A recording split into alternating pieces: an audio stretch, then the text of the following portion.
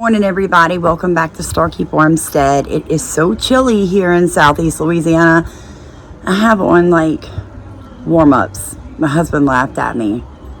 Boy, you can tell in South Louisiana we are not made for the cold. It's probably 70 degrees and I'm out here freezing. It's cold to me. So I have long sleeves and sweatpants on this morning and I'm just not feeling it. It's too cold, like for real. I just want to go back inside and get back in the bed. So, but I'm up. It's time to feed the animals. Sun's coming up over the tree line. But I do want to tell you guys, this will be part 3 of the USDA-NRCS coming to tour the farm yesterday. Best day, guys. Best day. I spent the afternoon crying out of joy, because God promotes you. And it was a great tour. But this part of the video, it's like 6 minutes long. It's basically the worm bins. You know, we show him our worm bins. We talk about how we layer the worm bins, what we use off of the property, the point of it. And I think the greatest quote in this entire video was he said that I have synergy. So he really liked our closed loop systems. I think he understood what we were aiming for here as Starkey Farmstead, you know, basically pulling out of the system. Being able to create every input that we need on the farm to therefore create outputs to keep the farm going and to bring in, to generate cash. So if you're doing that backwards, if you're bringing in a lot of inputs, but you're never having a lot of outputs, you're going to find that your farm, your hobby farm, your market garden is costing you more than you're actually making. And if you put that on paper, back in the day, guys, we used to have books, you would write it. You would write down what you spent, write down what you made, and at the bottom it told you the truth. Now we've got all these cool little, you know, computer handy dandy programs, and sometimes they don't make it real clear that you're losing your butt. It's the only way to say it. So I hope that you guys start to watch the videos, that you take some of the ideas we have. I hope you share some of your ideas with us. I'm always looking to improve my sustainable loop systems. I'm always looking to bring in a new way to do something.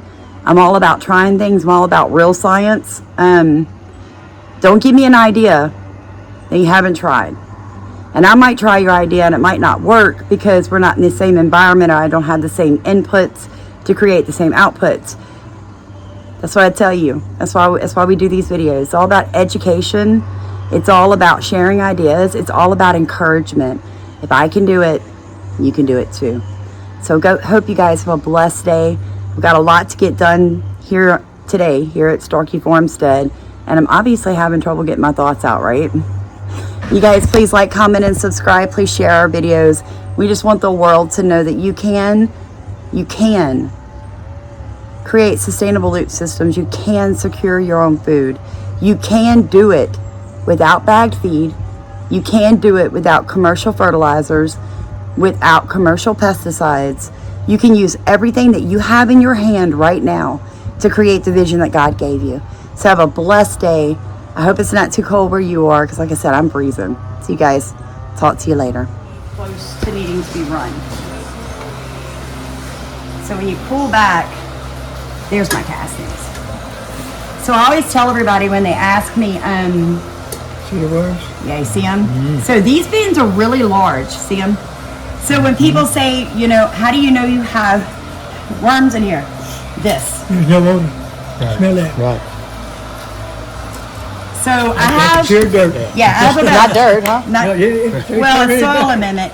I have about 25,000 worms on each side. It's just the size of these beds are really large. So unless I do a food pile similar to this, it would be really hard for me to pull them in for you guys. But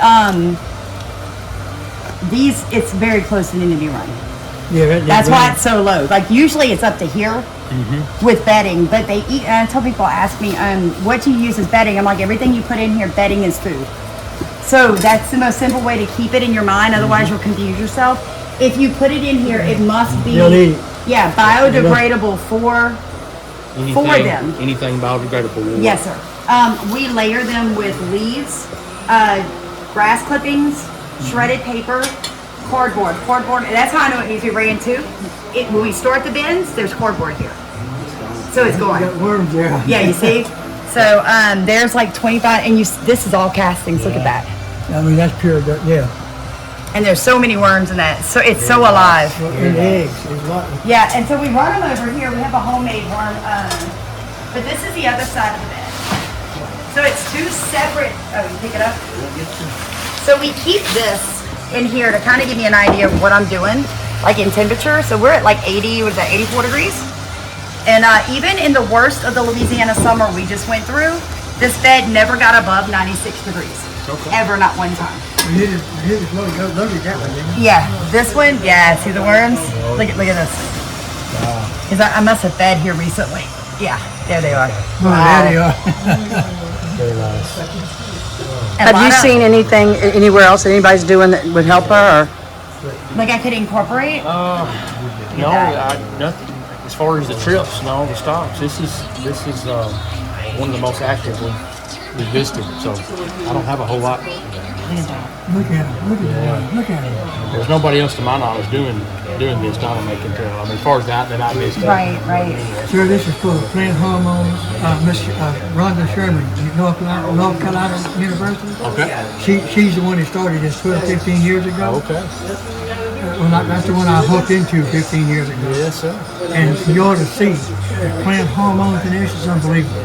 Yes, sir. It's from plants to plants. Very nice. Showing the blender. So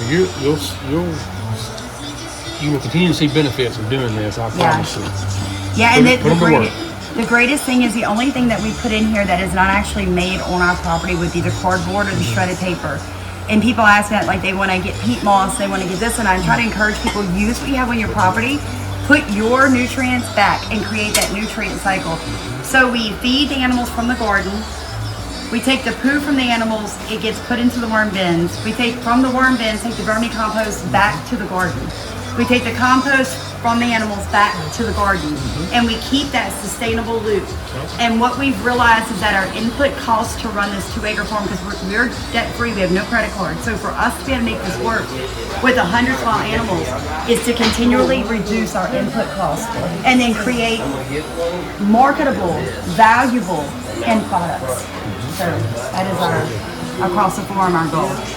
It's all about soil health. That's all we talk about over here. I love it. Thank you. It's like the cycling, the synergy of it. I love it. It's so peaceful here.